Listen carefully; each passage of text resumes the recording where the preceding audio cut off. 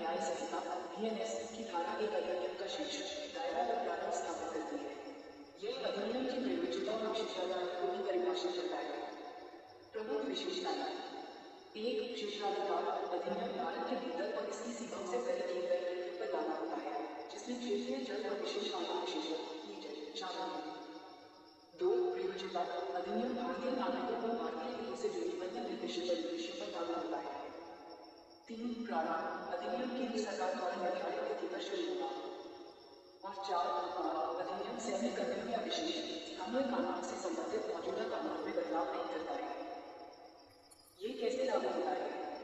अधिनियम यह सुनिश्चित करता है कि व्यक्तियों को भारतीय क्षेत्राधिकार के लिए जवाबदेह ठहराया जा सकता है, चाहे वे कहीं भी अपराध करें।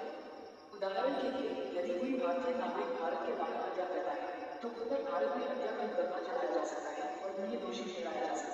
बीएनएस की धारा 2 कानून में प्रयुक्त प्रमुख शब्दों को परिभाषित करती है, जिनमें कार्य, पशु, बच्चा, अदालत, दस्तावेज, लिंग और बहुत कुछ शामिल है।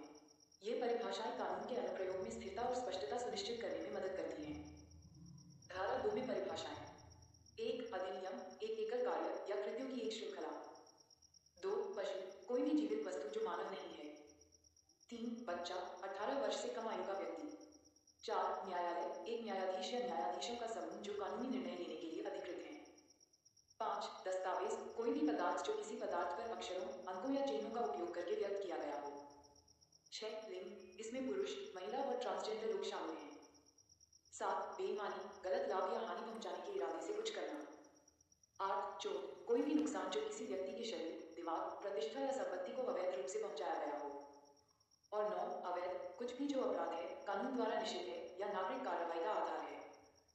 बीएनएस की धारा 3 कानूनी नियमों और सिद्धांतों के लिए सामान्य स्पष्टीकरण और परिभाषाएं प्रदान करती है।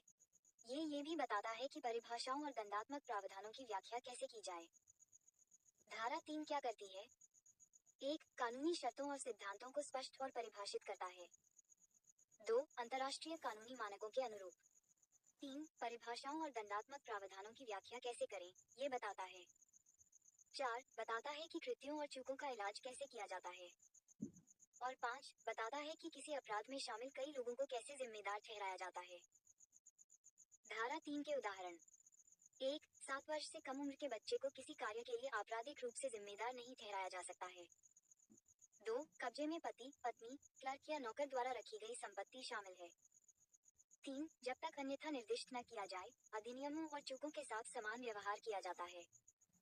और 4. किसी अपराध में शामिल कई लोगों को उनकी संलिप्तता और इरादे के अनुसार जवाबदेह